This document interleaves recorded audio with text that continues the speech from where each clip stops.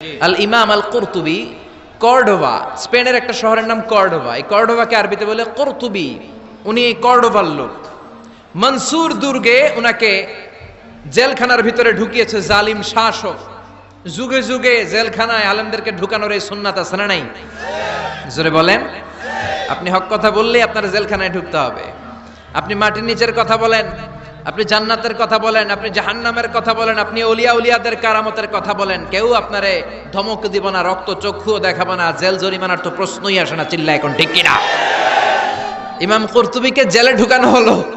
যুগে যুগে হক বাতিলের দ্বন্দ্ব থাকবে, চিরন্তন ঢুকানো হলো। উনি ছিলেন শক্তিশালী। উনি জেলখানার প্রাচীর ভেঙে আল্লাহর নামে বাঁচার জন্য দিলেন দৌড়। জালিম শাসক ও সেনাবাহিনী পাঠিয়েছে, ধরো ক্যাচ হিম। উনি পায়ে দৌড়ায়, জালিম বাদশার সৈনিকেরা অশ্বারোহী ঘোড়া দিয়ে পিছু ধাওয়া করে। সাইয়েদনা ইমাম কুরতুবি দৌড়াতে দৌড়াতে আর পারে না। এবার তিনি আল্লাহর নাম নিয়ে পাহাড়ের গুহার নিচে আশ্রয় নিলেন, আর পড়তে আরম্ভ করলেন ইয়াসিন ওয়াল কুরআনিল হাকীম ইন্নাকা লামিনাল মুরসালিন আলা সিরাতিম মুস্তাকিম। চিল্লায় কোন সুবহানাল্লাহ। উনি ইয়াসিন পড়তে আরম্ভ করলেন। অশ্বারোহীরা অশ্ব থেকে ঘোড়া থেকে নেমে খুঁজতে আরম্ভ করলো। তার মাঝে আর সৈনিকদের মাঝে পর্দা নামিয়ে দিল কে? সৈনিকরা বলে এই জায়গায় তো নাম ছিল, এই পাহাড়ের পাশেই তো বসলো, কই গেল কই গেল, দেখা যায় না। এক সৈনিক বলে আমার পেশাব ধরছে, অন্যরা কে পেশাব কর। ওইটার দ্বারাই পেশাব করা শুরু করেছে। ইমাম কুরতুবি বর্ণনা করে, ওর পেশাবের পানি আমার চোখে লাগে, আমার কানে লাগে, কিন্তু ও আমারে দেখে না। সুবহানাল্লাহ। বাড়িতে যে বললেন, চিল্লায় পড়েন সুবহানাল্লাহ। এজন্য কোরআন যদি আপনি বিপদে পড়ে পড়েন, শত্রুর চোখকে অন্ধ করে দিবে কে? বিশ্বনবী বিপদে পড়লেই পড়তেন ইন্না লিল্লাহি ওয়া ইন্না ইলাইহি রাজিউন। আমরা শুধু মানুষ মরলে পড়ি বাংলাদেশে। মানুষ মরার দোয়া না এটা, না, এটা বিপদে পড়ার দোয়া। বিপদে পড়লেই আপনি কি পড়বেন? ইন্না লিল্লাহি ওয়া ইন্না ইলাইহি রাজিউন। আরেকটা দোয়া পড়ি আমরা, লা ইলাহা ইল্লা আনতা সুবহানাকা, বিজলি চমকাইলে। কয়টা? ঠেড়া পড়ার দোয়া। কিসের দোয়া? ঠেড়া বুঝেন তো? নোয়াখালীর এলাকায় ঠেড়া হচ্ছে। কি হচ্ছে? ঠেড়া হচ্ছে দোয়া পর। তো এটা আসলে বজ্রপাতের ঠান্ডার এটার দোয়া নয়। বিপদে পড়লেই মুমিন পড়ে ইন্না লিল্লাহি, বিপদে পড়লেই মুমিন পড়ে লা ইলাহা ইল্লা আনতা সুবহানাকা ইন্নী কুনতু মিনাজ জালিমিন। ৭১ পাক হানাদার বাহিনী এদেশের লোকদের উপর অনেক অত্যাচার করেছে, বিশেষ করে হিন্দুদের উপর। হিন্দু পাইলেই গুলি করে মেরে ফেলতো। আর মাশাআল্লাহ এই দেশের সব হিন্দুরা ১৯৭১ সালে কালিমা পড়ে একেবারে টাটকা মুসলমান। পাকিস্তানিরা ধরলেই কয় আমি মুসলমান। এই যে শোনো কালিমায়ে তয়্যিবা লা ইলাহা ইল্লাল্লাহ মুহাম্মাদুর রাসূলুল্লাহ। এক পাক হানাদার বাহিনী এক বাঙালি মুসলমানরে ধরছে। বেটা তুই মুসলমান না হিন্দু? তো মুসলিম আর হিন্দু। বাঙালি কয় মুসলিম। আমি মুসলিম। কয় তাইলে কালিমা কো, সালে কালিমা বাতাও। বাঙালি কয় লা ইলাহা ইল্লা আনতা সুবহানাকা ইন্নী কুনতু মিনাজ জালিমিন। পাকিস্তানি কয় সালে ये तो मुसीबत का কালিমা है। বাঙালি কয় হাম তো भी मुसीबत में है। এটা মুসিবতের কালিমা, আমিও তো মুসিবতে। ৩ সৈনিক ৩ দিক দিয়ে বন্দুক ধরছে। আমার হুঁশ আছে কোন কালিমা কমু আমি নিজেই ভুলে গেছি। এজন্য বিপদে পড়লে আমরা একজনকে ডাকবো, চিনি কে? বিপদে পড়লে সূরা ইয়াসিন পড়বেন। কিন্তু সূরা ইয়াসিন না পড়তে পারলে ডাকাতরা ঠিকই সাইজ করে দিবে। জোরে কোন ঠিক কি না? ওই কোরআন আজও আছে না নাই? এই কোরআনকে ভালোবাসেন তো? ভাল লাগে? এই কোরআনের মায়া লাগে? লাগে লাগে লাগে। পৃথিবীতে যেই বইটা সবচেয়ে বেশি বিক্রি হয়েছে বইটার নাম কি? জোরে বলেন। The best seller book ever in the world, কোরআনে মাজিদ সবচেয়ে বেশি বিক্রি হয়েছে। ছাপাখানায় যেই বইটা সবচেয়ে বেশি ছাপানো হয়েছে পৃথিবীতে, বইটার নাম কোরআন মাজিদ। যেই বইটা সবচেয়ে বেশি বিনামূল্যে বিতরণ হয়েছে, বইটার নাম। আর যেই বইটার বিরুদ্ধে সবচেয়ে বেশি মন্দ কথা বলা হয়েছে, সেই বইটার নামও আল কোরআন। গোটা বিশ্বে আপনি অবাক হবেন, হাফেজে কোরআনের সংখ্যা ৭০ লাখেরও বেশি। আর আমার দেশের হাফেজে কোরআন বিশ্ব সেরা। হাফেজ জাকারিয়া, হাফেজ তারিক, নাজমুস সাকিব, ফজলে রাব্বি আদেল, এরা ইন্টারন্যাশনাল কোনো কম্পিটিশনে বসলে কোনো বিচারক এদেরকে প্রশ্ন করে আটকাতে পারে না। আগে বাংলাদেশকে চিনতো আমাদের পোশাকের কারণে, চিনতো আমাদের সেনাবাহিনীর কারণে, চিনতো আমাদের 21শে ফেব্রুয়ারির কারণে, চিনতো আমাদের টঙ্গীর ইস্তেমার কারণে। এখন বাংলাদেশে চিনে আমাদের নাজমুস সাকিব, আমাদের হাফেজ জাকারিয়ার কারণে। চিল্লা এখন ঠিক কিনা? আমাদের ক্রিকেটাররা যখন ইন্ডিয়াকে হারিয়ে দেয়, অস্ট্রেলিয়াকে হারিয়ে দেয়, আমাদের প্রিয় প্রধানমন্ত্রী শেখ হাসিনা এয়ারপোর্টে চলে যায় রেড কার্পেট রিসিপশন দেওয়ার জন্য, ঠিক কিনা? মাশরাফিকে লাল গালিচা সংবর্ধনা দেয়, আর টাকা আর পয়সা বাড়ি গাড়ি তো আছেই। কেন দেয়? কারণ তারা বিশ্ব দরবারে বাংলাদেশের সম্মানকে উজ্জ্বল করেছে। আমি বিনয়ের সাথে প্রধানমন্ত্রীর কাছে প্রশ্ন রাখতে চাই, আমাদের ক্রিকেটাররা বিশ্ব দরবারে বাংলাদেশকে উঠালো, আমার হাফেজ নাজমুস সাকিব জাকারিয়া আন্তর্জাতিক কম্পিটিশনে ফার্স্ট হয়ে বাংলাদেশের সম্মানকে বিশ্ব দরবারে উঠায় নাই? আপনি ক্রিকেটারদের জন্য রেড কার্পেট রিসিপশন দেন, লাল গালিচার সংবর্ধনা দেন, ভালো কথা। আপনি নাজমুস সাকিবকে লাল গালিচার সংবর্ধনা না দেন, একটা লাল গোলাপও তো দিতে পারতেন, একটা ধন্যবাদ তো দিতে পারতেন, সাবাস বলতে পারতেন, ওর পিঠের মধ্যে একটা চাপড় দিয়ে বলতেন, বাবা তোর মতো হাফেজ আমি আমার প্রতি জেলায় জেলায় চাই। যে দেশে হাফেজে কোরআনের সম্মান নাই, ওই দেশে আর বিশ্ববিজয়ে হাফেজে কোরআন জন্মাবে না। ওই দেশে জন্মাবে ডাকাত, টেন্ডারবাজ, দুর্নীতিবাজ, নেতা খাটা। ওই দেশে জন্মাবে এরশাদ শিকদার, ওই দেশে জন্মাবে বদরুলের মতো লোক যারা খাদিজারে কোপাবে। ওই দেশে জন্মাবে পিচ্চি হান্নান, কালা জাহাঙ্গীর আর লতিফ সিদ্দিকীর মতো মন্ত্রী। চিল্লা এখন ঠিক কিনা? যে দেশে কোরআনের মর্যাদা নাই, এদেশের মেয়েগুলো হবে তসলিমা নাসরিনের উত্তরসূরি। ওই দেশে মা খাদিজার মতো মেয়ে জন্মাবে না, ওই দেশে ফাতেমার মতো মেয়ে জন্মাবে না। ওই দেশে জন্মাবে ঐশী, যারা রামদা দিয়ে মায়েরও কুপায়, বাবারও কুপায়। চিল্লায় বলেন ঠিক কিনা? এজন্য বাঁচতে হলে যে কিতাবটার দিকে ফিরে আসতে হবে, কি নাম? চিল্লায় বলেন। কোরআন থেকে প্রেসক্রিপশন নিতে হবে। প্রেসক্রিপশন নিতে হবে কোত্থেকে? জোরে বলেন। কোরআন থেকে প্রেসক্রিপশন না নিলে এই সমাজটারে সুন্দর করা যাবে না। কোরআন থেকে প্রেসক্রিপশন না নিলে আপনার জীবন শুদ্ধ হবে না, সমাজটা শুদ্ধ হবে না, দেশটা দুর্নীতিমুক্ত হবে না।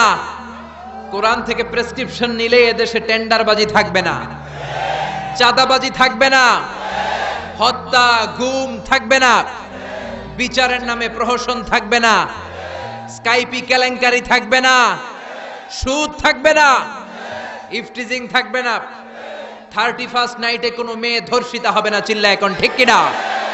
কারণ এই কোরআন হচ্ছে it's a problem solving methodology. সব সমস্যার সমাধান হিসেবে কোরআনকে পাঠিয়েছে কে? যত ভেজালে ঝামেলায় সমস্যায় আমরা পড়ি, সমাধান আছে না নাই?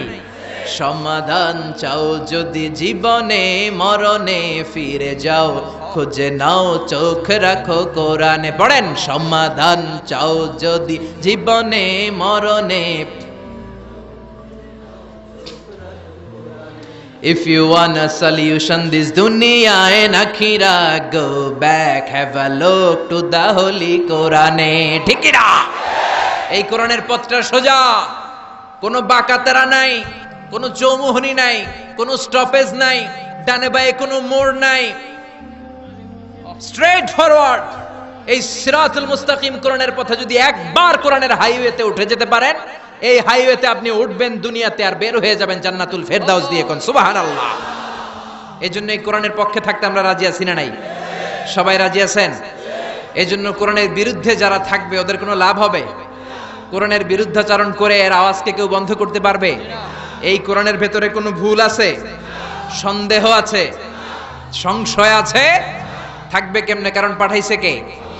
যালিকাল কিতাব লা রাইবা ফি হুদাল্লিল। This is the book whereof there is no doubt in it and a guidance to those who are muttaqin. এটা এমন কিতাব যে একটাও ভুল নাই, একটাও সন্দেহ নাই, একটাও সংশয় নাই। চিল্লায় পড়েন আল্লাহু আকবার। ব্রিটিশরা 200 বছরের পরাধীনতার জিঞ্জির আমাদেরকে পড়ালো।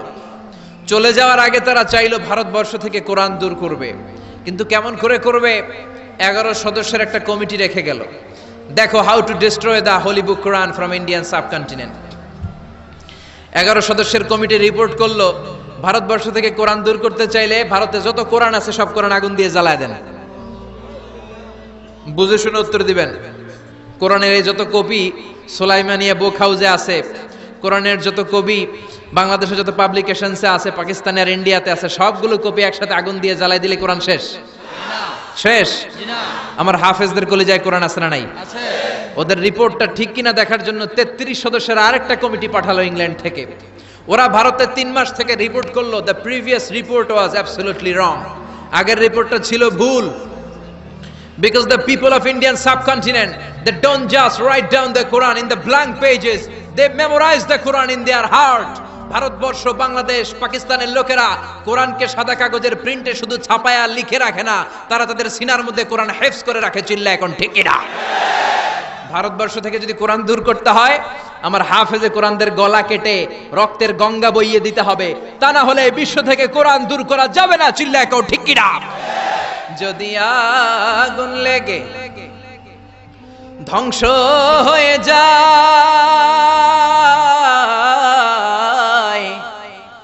ধ্বংস হয়ে যায়, যদি আগুন লেগে যায় পুড়ে যায় পৃথিবীর সব বইয়ের দোকান, বিশ্ব থেকে হারাবে না পবিত্র কোরআন, বিশ্ব থেকে হারাবে না পবিত্র কোরআন। আল্লাহু আকবার। আপনি আগুন জ্বালায় দিতে পারেন, কিন্তু আমাদের হাফেজদের কলিজার ভেতরে কোরআনকে সংরক্ষণ করে দিয়েছে কে? এজন্য রাব্বুল আলামিন বলেন, ইন্না নাহনু নাযালনা যিকরা ওয়া ইন্না লাহু লাহাফিজুন।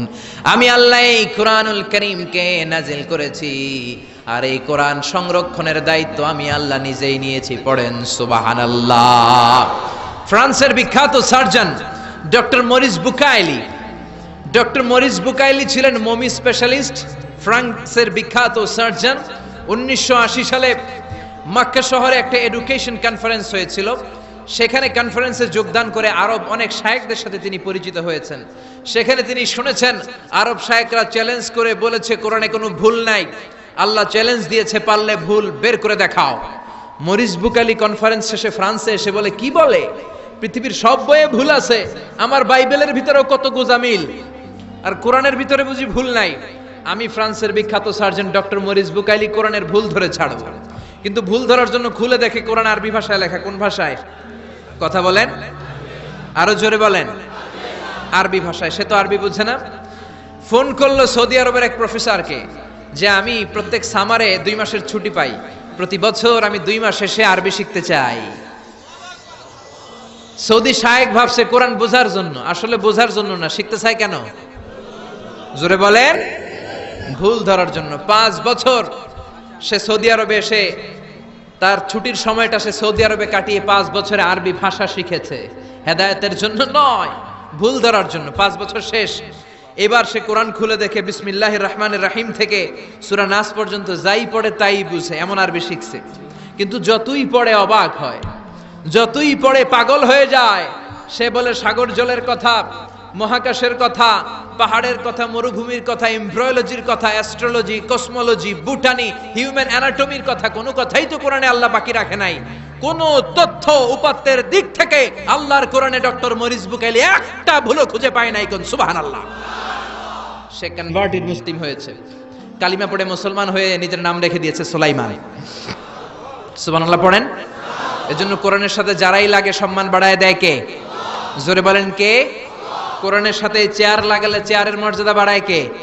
কোরআনের সাথে টেবিল লাগলে টেবিলের মর্যাদা বাড়ায় কে? কোরআনের সাথে কাপড় লাগলে কাপড়ের মর্যাদা বাড়ায় কে? তো কোরআনের সাথে যদি আশরাফুল মাখলুকাত লাগে, তাদের মর্যাদা কি বাড়ে না? কোরআনের গিলাফ বানাই আমরা সবচেয়ে কম দামের কাপড় দিয়ে, ঠিক কিনা? আপনারা কি বলেন, চুষদার না গিলাফ? কোরআনের গিলাফ। যারা ব্লেজার পরেন, অনেকে ব্লেজার পরে আজকে এসেছেন, দামি কাপড় দিয়ে ব্লেজার হয় বাজারের 3000 টাকা গজ, ওই গজের কাপড় দিয়ে হয় ব্লেজার। আর বাজারে কোরআনের গিলাফের জন্য যায় বলে ট্যাকটন কাপড় দাও, 30 টাকা গজ, ঠিক কিনা? ব্লেজারের গজ 3000, কোরআনের গিলাফ 30 টাকা গজ।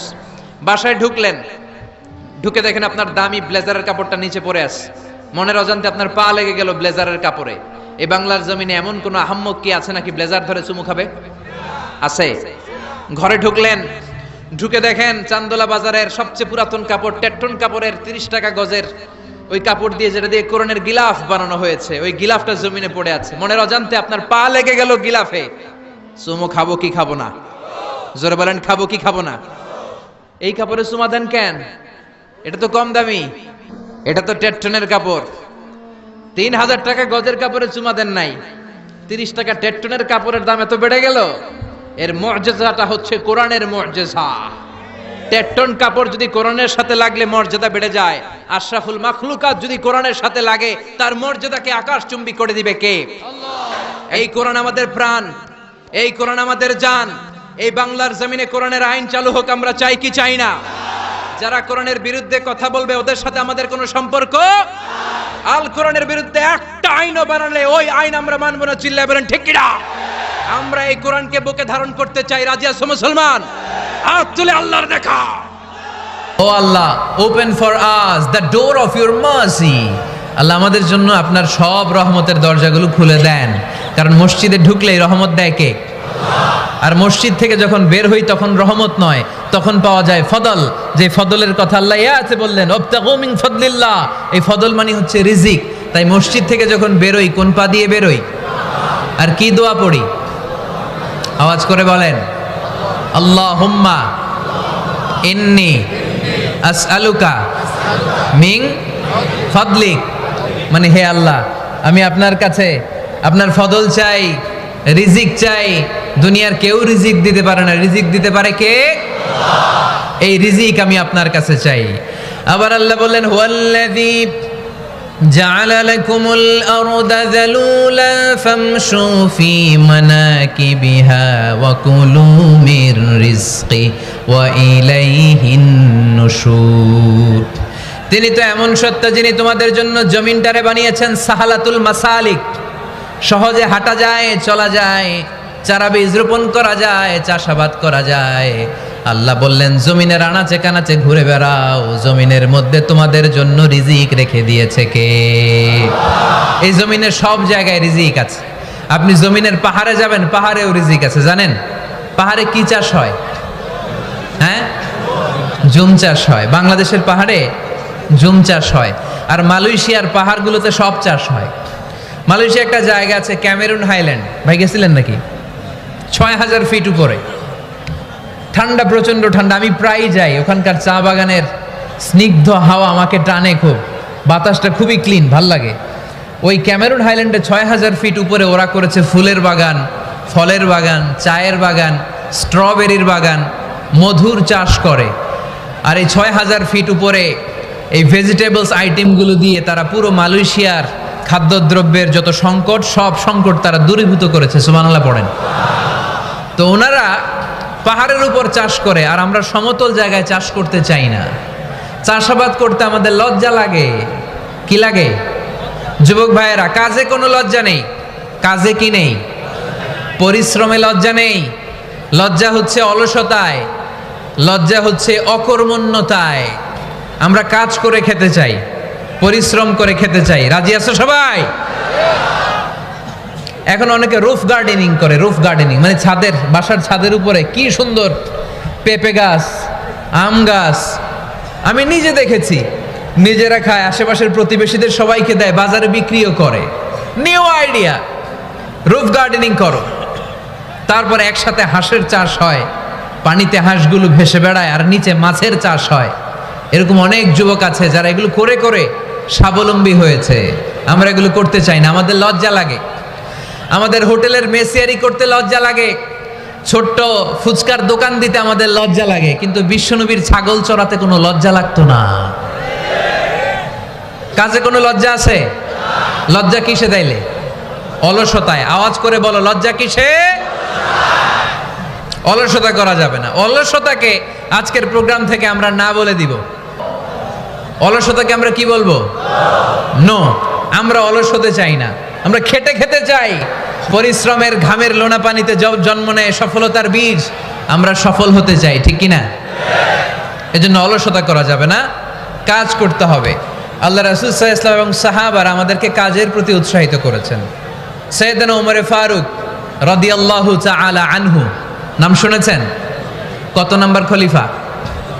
সবাই বলেন। 1 নাম্বার খলিফার নাম কি? 2 নাম্বার খলিফার নাম? 3 নাম্বার? 4 নাম্বার? রিদওয়ানুল্লাহি তাআলা আলাইহিম আজমাইন। ওমর ফারুক সাধারণ কোন সাহাবী ছিলেন না, তিনি এমন সাহাবী ছিলেন, বিশ্বনবী সাল্লাল্লাহু আলাইহি ওয়াসাল্লাম বলেছেন আমার পরে কোনো নবীও নাই, রাসূলও নাই, তবে আমার পরে যদি কেউ নবী হতো আমার ওমর নবী হয়ে যেত। বিশ্বনবী বলছেন লা নবিয়্যা বা'দি ওয়ালা রাসূলা, আমার পরে কোনো নবী নাই, রাসূল নাই। লাউ কানা বা'দি নাবিয়্যুন লাকানা উমর, তবে আমার পরে যদি নবী হওয়ার কোয়ালিটি আমার কোনো সাহাবীর মধ্যে থেকে থাকে, আমার ওমরের মধ্যে সেই কোয়ালিটি আছে। ওমরে ফারুক রাদিয়াল্লাহু তাআলা আনহু দ্বিতীয় খলিফার নাম কি ছিল? সবাই বলেন, কি নাম? সাইয়েদনা ওমর ফারুক রাদিয়াল্লাহু তাআলা আনহু। এরা খুব ভয় পেত। কারা? মুনাফিক চিনেন তো? ভিতরে এক বাইরে আরেক, তার নাম? সবাই বলেন, ভিতরে এক বাইরে আরেক, তার নাম মুনাফিক। ইউযহিরু খিলাফা মা ইউবতিন, আরবিতে কি বলে? ইউযহিরু খিলাফা মা ইউবতিন, প্রকাশ করে একটা, ভিতরে আরেকটা। ভিতরে এক বাইরে আরেক, তার নাম? সবাই বলেন, ভিতরে এক বাইরে আরেক, তার নাম? আমরা কি মুনাফিক হতে চাই? এরা যখন যে সুবিধাজনক অবস্থানে থাকে তখন তার সাথে থাকে। ডান দিকে যে বলে আপনি ভালো, আমি আপনার দলের লোক। বায়ে যে বলে আরে না এটা খারাপ, আপনি ভালো, আমি আপনার দলের লোক। এরকম আছে না নাই? যখন যে ক্ষমতায় তখন তারে তেল মারে, যেদিকে বৃষ্টি আর তুফান ওইদিকে ছাতা ধরে। আছে না নাই? বাংলাদেশে একটা গান চলছিল কিছুদিন, শুনতাম, মধু হই হই বিষ হাবাইলা। সূরাতুল মুনাফিকুনের তাফসীর বোঝানোর জন্য এটা আমার জন্য খুব সহজ ছিল। মধু হই হই বিষ হাবাইলা, বলে মধু, বলে কি? বাটির মধ্যে নিয়ে আসছে, বলে এটা মধু, বলে কি? আসলে এটা কি? আমরা কি মুনাফিক হতে চাই? না। আমরা কি হতে চাই? মুনাফিকরা হচ্ছে এদিকেও যায় না আবার ওদিকেও যায় না, মুযাবযাবিন। They all the time long in dilemma. They don't know where to go. They don't know where to proceed. কোন দিকে যাবে জানে না, ডানেও না বায়েও না। নেহি এদার নেহি ওদার, দারমিয়ান মে সাদার বাদার। এরকম আছে না? না, উপর দিয়া ফিটফাট, ভিতর দিয়া সদরঘাট। সদরঘাট এখনো ফিটফাট হয় নাই। তো এই মুনাফিকের অবস্থা হচ্ছে উপরে ফিটফাট, ভিতরে সদরঘাট। আমরা কি মুনাফিক হতে চাই? কি হতে চাই? মুমিন হতে চাই। এই মুনাফিকের দলগুলো মদিনাতুল মুনাওয়ারাতে ওমরে ফারুককে খুব ভয় পেত। ওমরে ফারুককে দেখলে তারা থারথার করে কাঁপতো। শুধু মুনাফিকরাই নয়, খোদ ইবলিস শয়তানও সাইয়েদনা ওমরে ফারুককে দেখলে ভয় পেত। আমরা আমাদের ছেলে মেয়েদেরকে যদি খাবার না খায় আমরা কি বলি? আম্মু খাবার খাও। কি আসবে? ভূত আসবে, বিড়াল আসবে, বাঘ আসবে। এগুলো গাজীপুরে বলে না বোধহয়। আপনাদের ছোট্ট মেয়েটা যদি রাত্রে খেতে না চায়, আপনারা লোকমা তুলে কি বলেন? এই তাড়াতাড়ি খাও। কি আসবে? ভূত। ভূত আসবে। তো মদিনার সমাজে মদিনার ছোট্ট কচিকাচা সোনারমণিরাও রাতে খেতে চাইতো না। মদিনাতুল মুনাওয়ারার মায়েরা রাত্রিবেলা খাবার নিয়ে বাচ্চাদেরকে বলতো, মা তাড়াতাড়ি খাও, হা হুয়া ইয়াতি উমর, ওই যে উমর আসতেছে। উমর ইসলামের দ্বিতীয় খলিফা। আসাদুহুম ফি আমরিল্লাহি উমর, আল্লাহর জমিনে আল্লাহর দ্বীন বাস্তবায়নের জন্য সবচেয়ে শক্তিশালী ছিল ওমর। চিল্লায় পড়েন সুবহানাল্লাহ। এই ওমরে ফারুক রাদিয়াল্লাহু তাআলা আনহু যে রাস্তা দিয়ে হাঁটতো, শয়তান ওই রাস্তা রেখে দিয়ে অন্য রাস্তা দিয়ে হাঁটতো। মা সালাকা শাইতানু ফাজ্জান সালিকান ইল্লা সালাকা ফাজ্জান গায়রা ফাজ্জিক। বিষ্ণু বলছেন, ওমর, শয়তান তোমারে দেখে এত ভয় পায়, তুমি যে রাস্তা দিয়ে হাঁটো শয়তান তোমারে দেখলে ওই রাস্তা রেখে দিয়ে অন্য রাস্তা দিয়ে হাঁটে। চিল্লায় পড়েন সুবহানাল্লাহ। সাইয়েদনা ওমরে ফারুক মসজিদে নববীর ইমাম। মসজিদে নববীর কি? ইমাম। মসজিদে নববীতে জোহরের নামাজে ইমামতি করলেন।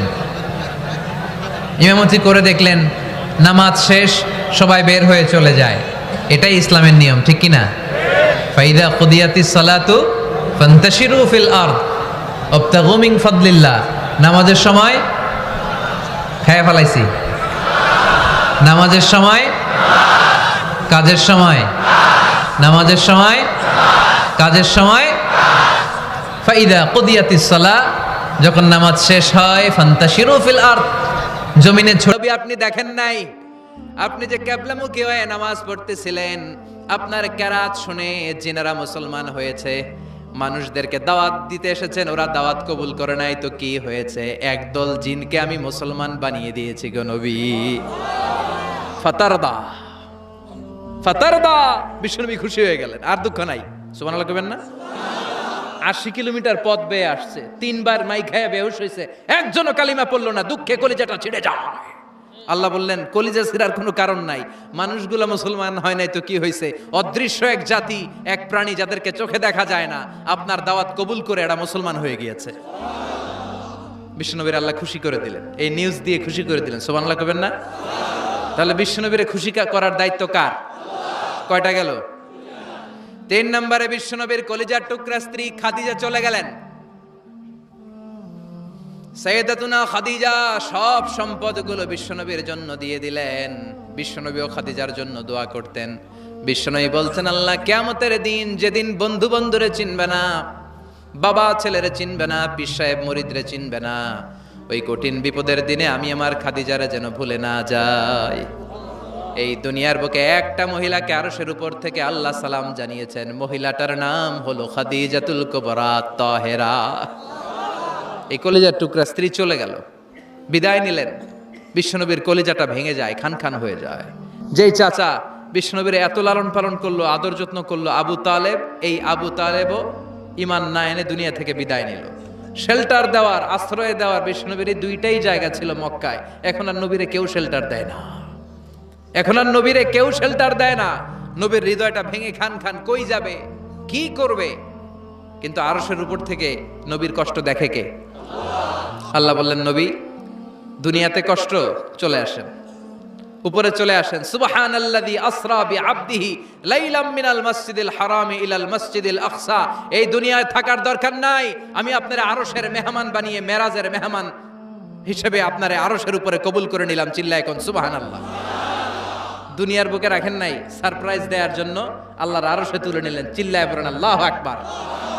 ফাতারদা, বিশ্বনবী খুশি হয়ে গেলেন। যেখানে বিশ্বনবীর মন খারাপ, বিশ্বনবীর মন ভালো করে দেওয়ার দায়িত্ব কার? মেরাজের মাধ্যমে, সালাতকে গিফট দেওয়ার মাধ্যমে, জান্নাত আর জাহান্নামকে চাক্ষুষ দেখানোর মাধ্যমে, সরাসরি আল্লাহর কথাগুলো, আওয়াজগুলো কানে শুনিয়ে দেওয়ার মাধ্যমে বিশ্বনবীর হৃদয়টারে ঠান্ডা করে দিল কে? এরপরে দেখেন কি করে রব্বুল আলামিন বিশ্বনবীরে খুশি করে। মক্কার জমিনে আর থাকতে পারে না, বিশ্বনবী যেখানেই থাকুক, যেখানেই যাবে, ওখানেই মুহাম্মদ রে মার।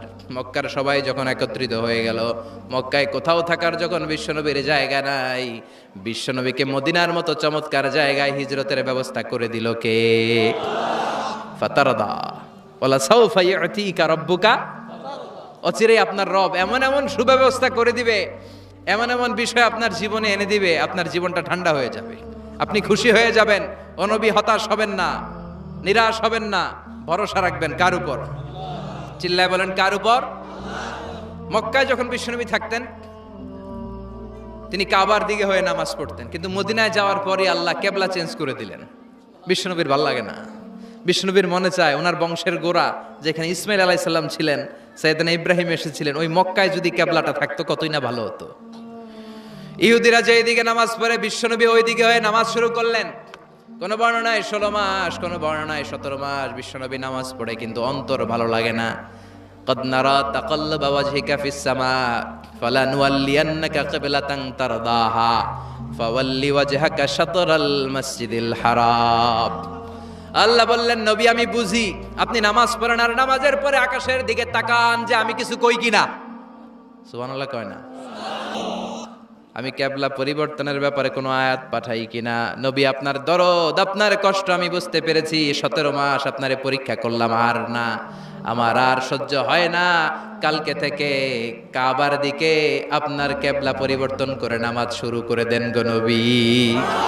ফাওয়াল্লি ওয়াজহাকা শাতরাল মসজিদিল হারাম টু দ্য ডাইরেকশন অফ কিবলা।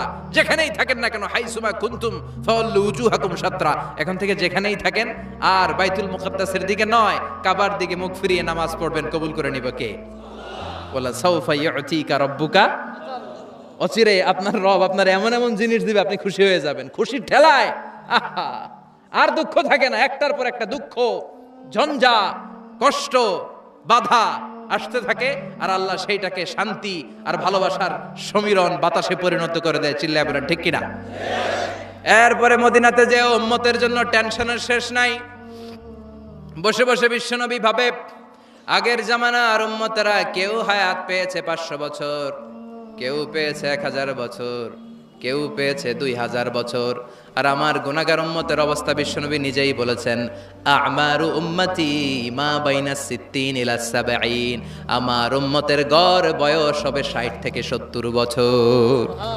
60 থেকে 70-এর মধ্যে আমরা সব মইরা শেষ, ঠিক কি না? সাভারের কি অবস্থা? 120 বছর 30 বছর নাকি? হ্যাঁ, 60-70-এর মধ্যেই শেষ। বিষ্ণু বললেন, আমারু উম্মতি মা বাইনা 60 ইলা 70, আমার উম্মতেরা 60 থেকে 70-এর মধ্যে মরে যাবে, আর আগের উম্মতেরা 500-700 বছরে ইবাদত করে করে ওরা তো আগে জান্নাতে চলে যাবে। কি কষ্ট বিশ্বনবীর হৃদয়ের ভিতরে। আল্লাহ বললেন, নবী টেনশন নিয়েন না, আগের উম্মতেরা হায়াত পেয়েছে 1000 বছর, 1500 বছর বেশি ইবাদত করেছে, আপনার উম্মতেরা হায়াত পাবে 60 বছর 70 বছর। কিন্তু এমন জিনিস এখন আপনারে দিয়ে দেব, আপনার উম্মত সব উম্মতের উপর ফাস্ট হয়ে যাবে। ইন্না আনজালনাহু ফি লাইলাতিল কদরি ওয়া মা আদরাকা মা লাইলাতুল কদর, লাইলাতুল কদরি খায়রুম মিন আলফি শাহর। সুবহানাল্লাহ। লাইলাতুল কদরি খায়রুম মিন আলফি শাহর। ও নবী, আগের উম্মতের কাউরে আমি লাইলাতুল কদর দেই নাই, কদরের রাত দেই নাই, আর এই কদরের রাত হচ্ছে খায়রুম মিন আলফি শাহর, 1000 মাসের চেয়ে সেরা। ওরা সারা বছর ইবাদত করে যা করতে না পারছে, আপনার উম্মতরা এই কদরের রাতে এক রাত ইবাদত করবে, 1000 রাত ইবাদতের সমান সওয়াব হয়ে যাবে। এরপরে বিশ্বনবী বদরের প্রান্তরে কষ্ট পায়, আল্লাহ বিজয় দিয়ে খুশি করে দিলেন। ওহদের প্রান্তরে বিজয় দিয়ে খুশি করে দিলেন। মক্কা বিজয়ের মধ্য দিয়ে পুরো মক্কার সব ক্ষমতা বিশ্বনবীর পায়ের নিচে এনে খুশি করে দিলেন। মক্কা বিজয় করে ফেললেন বিশ্বনবী, কিন্তু একজনেরও মারেন নাই, বড় বড় কয়েকটা যুদ্ধাপরাধী ছাড়া বাকি সবাইরে মাফ করে দিলেন। বিশ্বনবী বললেন, লা তাসরিবা আলাইকুমুল ইয়াউম ইযহাবু আনতুমুত তুলাকা। সবগুলা ভয়ে কাঁপতেছিল। গোটা বিশ্বের ঐতিহাসিকরা অবাক হয়ে গেলেন। In the long history of the world there is no instance of magnanimity and forgiveness which was shown by Muhammad when all of his enemies laid under his feet and he forgave them one and all. পৃথিবীর ইতিহাসে ক্ষমার এরকম নজির আর দৃষ্টান্ত কেউ দেখাতে পারে নাই। যে শত্রুরা তাকে মারার জন্য ওত পেতেছিল, এলাকা থেকে বহিষ্কার করে অন্য এলাকায় পাঠিয়ে দিল, ঘর বাড়ি সব নষ্ট করে দিল, তিনি যখন ওই এলাকা বিজয় করলেন, সবাই পায়ের নিচে দাঁড়িয়ে কাঁপছিল। বিশ্বনবী বললেন, কোনো আক্রোশ নাই, কোনো প্রতিশোধ নাই, তোদেরকে মাফ করে দিলাম। একটার পর একটা বিজয় দিয়ে বিশ্বনবীরে খুশি করে দিল কে? এজন্য রব্বুল আলামিন বলেন, ওয়ালা সাউফা ইউতিকা রাব্বুকা ফাতারদা। ও নবী, কাফেররা বলে আল্লাহ আপনারে সাইরা দিছে, কাফেররা বলে আল্লাহ আপনারে ভুলে গেছে। উম্মে জামিল বলে আপনার শয়তান আপনার কাছে আসে না, আমি নাকি আপনারে চিনি না। ও নবী, ভয় পাবেন না, হতাশ হবেন না, নিরাশ হবেন না, ভরসা রাখবেন কার উপর? ওয়ালা সাউফা ইউতিকা রাব্বুকা, অচিরেই আপনাকে এমন এমন জিনিস আপনার রব দিবে, আপনি খুশি হয়ে যাবেন। চিল্লায় এখন সুবহানাল্লাহ। এরপর আল্লাহ বললেন, নবী এখানেই শেষ নয়, আমি আপনাকে দেব ওয়াসিলা আল ফাদিলা ওয়াবআসহু মাকামাম মাহমুদা। সুবহানাল্লাহ। ওয়াসিলা দিবেন, ফাদিলা দিবেন, মাকামে মাহমুদ দিবেন। সুবহানাল্লাহ কইবেন না? আবার বললেন, ইন্না আ'তাইনাকাল কাউসার ফাসাল্লি লিরাব্বিকা ওয়ানহার ইন্না শানিআকা হুয়াল আবতার। সুবহানাল্লাহ। ও ও নবী, ইন্না আ'তাইনাকাল কাউসার, আমি আপনারে আল কাউসার দান করব। কাউসার দান করব কিয়ামতের দিন, আপনি টেনশন নিয়েন না।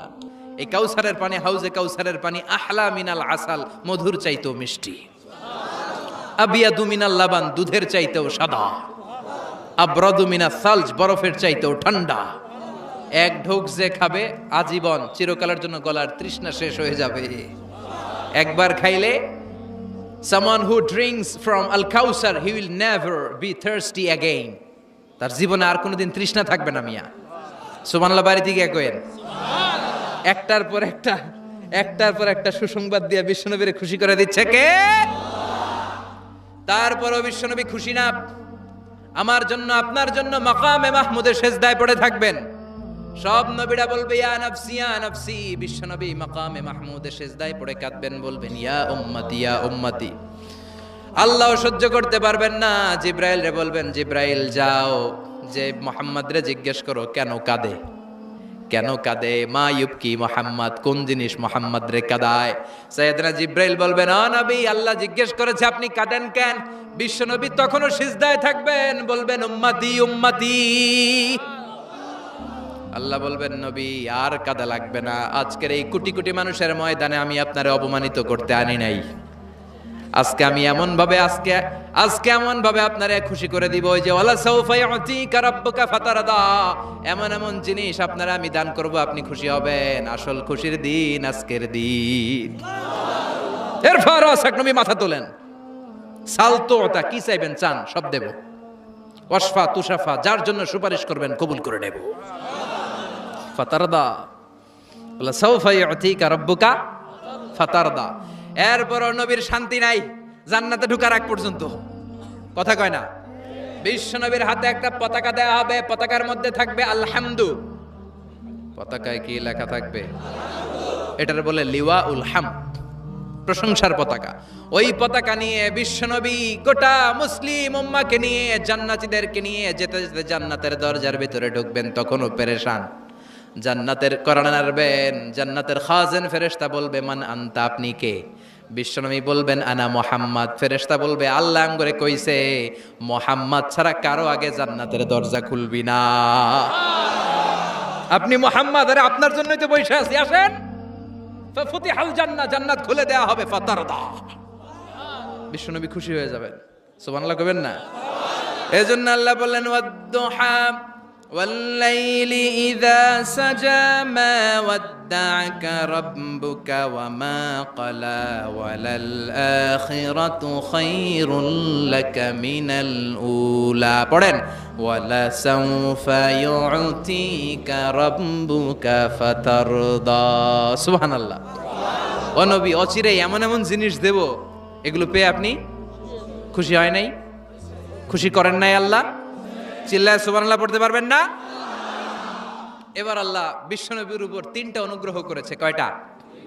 এই 3টা অনুগ্রহের কথা বলবেন, আর 3টা কর্মসূচি দিয়ে সূরা শেষ করবেন। শুনবেন? অনেক রাত হয়ে গেছে, থাক। আল্লাহ বিশ্বনবীর উপর 3টা অনুগ্রহ করেছে। কয়টা? তাহলে কি 3টা অনুগ্রহ করলো এটাও শুনবো, আর কি 3টা কর্মসূচি দিল এটাও শুনবো, ইনশাআল্লাহ। পড়েন। আল্লাহ বললেন, নবী কি কি অনুগ্রহ করলাম শুনেন। আলাম ইয়াজিদকা ইয়াতীমান ফাআওয়া ওয়া ওয়াজাদাকা দাল্লান ফাহাদা ওয়া ওয়াজাদাকা আইলান ফাআগনা। সুবহানাল্লাহ পড়েন। ও নবী, আলাম ইয়াজিদকা ইয়াতীমান ফাআওয়া, আমি কি আপনার ইয়াতীম পাই নাই, পেয়ে কি আশ্রয় দেই নাই? তা আপনার ভয় কিসের? আপনার যেদিকেই সমস্যা ওদিকে তো আমি আছি। আপনার যেদিকে বিপদ ওদিকে আছে কে? আল্লাহ। এত টেনশন কেন আপনার? আলাম ইয়াজিদকা ইয়াতীমান ফাআওয়া, আমি কি আপনার ইয়াতীম পাই নাই? বিশ্বনবী ইয়াতীম ছিলেন। কি ছিলেন? মায়ের পেটে থাকতেই বাবা নাই, 6 বছর বয়সে মা নাই, এরপরে মা চলে গেল, লালিত পালিত হতে শুরু করলেন। 6 বছর বয়স থেকে দাদা আব্দুল মুত্তালিবের কাছে, 8 বছর বয়সে দাদাও নাই, এবার চাচার কাছে। তাহলে ইয়াতীম অবস্থায় পাইছে না? তারপরে এতিম অবস্থায় পাওয়ার পরে ওনার লালন পালনের ব্যবস্থা করে দিয়েছে কে? বিশ্বনবীর অনুগ্রহগুলো কি কি আল্লাহ করেছেন, কারণ অনুগ্রহের কথা শুনলে, নেয়ামতের কথা শুনলে মানুষের মনে প্রশান্তি জাগে। সুবহানাল্লাহ পড়েন। সাইকিয়াট্রিস্ট যারা আছে, they ask their patient to count the bounties and mercies and blessings they got from their Lord in their life. যারা মনোবিজ্ঞানী আছে, তারা সুইসাইডাল টেন্ডেন্সি যাদের মধ্যে, যারা জীবন নিয়ে হতাশ, বাঁচতে চায় না, মরে যেতে চায়, এদেরকে কিভাবে চিকিৎসা করে জানেন? এদেরকে বলে আপনার বিয়ে হয়েছিল কবে? কয় অমুক দিন। কি হয়েছিল? কয় খুব আনন্দ হয়েছিল, মনে সুখ পায়। কথা কয় না? আপনার জীবনে আনন্দের একটা ঘটনা বলেন তো। তাই আমি তো পুরস্কার পাইছিলাম একটা। তাই কবে? এরকম এরকম সুখ পায়। কথা কয় না? আপনার জীবনে সবচেয়ে সফলতা কি? কয় আমার ক্যারিয়ারে প্রমোশন হয়েছিল। কবে? কয় এত সালে, আমি ইয়াং ছিলাম, তরতাজা যুবক, মনে আনন্দ পায়। তো বিশ্বনবীর যে আল্লাহ কোন কোন সময় কোন কোন জায়গায় হেল্প করছিল, কি কি সুবিধা প্রিভিলেজ পাইছিল, এগুলো বিশ্বনবীরে শোনাইয়া বিশ্বনবীর মনে আনন্দ দিতেছে। সুবহানাল্লাহ কইবেন না? ও নবী, আলাম ইয়াজিদকা ইয়াতীমান ফাআওয়া, আল্লাহ কি আপনার ইয়াতীম পাইছিল না? তো টেনশন কি? উনিই তো আপনারে লালন পালনের ব্যবস্থা করে দিয়েছে। সুবহানাল্লাহ পড়েন। ওয়াজাদাকা দাল্লান ফাহাদা, তিনি আপনাকে পেয়েছেন এমন অবস্থায় আপনি পথ খুঁজছিলেন। You are searching the right path, you are searching the truth and he guided you to the right way. আপনি সঠিক পথ খুঁজছিলেন, আল্লাহ আপনারে পথ দিয়েছে। ওয়াজাদাকা দাল্লান, বিশ্বনবী গোমরা ছিলেন এমন অর্থ করা যাবে? এখানে হেদায়েতের বিপরীত যে দলালা, ওই দলালা নয়। একজন পথিক, রাস্তা দুইটা, কোনটা দিয়ে যাবে এই অবস্থায় ছিল বিশ্বনবী। কোথায় যাব, কোথায়? পথ তো চিনতেছি না। আল্লাহ বললেন নবী ওইটা না, এটা দিয়ে হাঁটেন। সুবহানাল্লাহ বলে না? আমাদেরকে পথ দেখায় কে? আমরা যদি ভুল পথে যাই, সঠিক পথে তুলে দেয় কে? আমি যদি কোনদিন পথ ভুলে যাই, হাত ছানি দিয়ে কাছে নিও, মমতার বন্ধনে আমায় বেঁধে সব ভুল ক্ষমা করে দিও। পড়েন আমিন। এজন্য আল্লাহ বললেন নবী ওয়াজাদাকা দাল্লান ফাহাদা, আপনি পথ খুঁজছিলেন 40টা বছর ধরে, কোন পথে হাঁটবেন খুঁজছিলেন। আমি কিতাব দেওয়ার মাধ্যমে, ঈমান দেওয়ার মাধ্যমে আপনারে পথ দেখায় দিলাম। মা কুনতা তাদরি মাল কিতাব ওয়ালাল ঈমান, কিতাব কারে কয় আপনি জানতেন না, ঈমান কারে বলে আপনি জানতেন না, আমি আপনারে পথ দেখাইছি। ওয়াজাদাকা দাল্লান, আপনি খুঁজতেছিলেন কই যাব, কোথায় মহাসত্যের সন্ধান পাওয়া যায়, কোথায় স্রষ্টারে পাওয়া যায়, হেরা গুহায় খালি খুঁজতেছিলেন। ফাহাদা, আমি পথ দেখাইছি। সুবহানাল্লাহ পড়েন। তো আপনার টেনশনের কি আছে? যেখানে আপনার বিপদ ওইখানে আমি আছি না নাই? এজন্য হতাশ হওয়া যাবে, নিরাশ হওয়া যাবে, ভরসা রাখতে হবে কার উপর?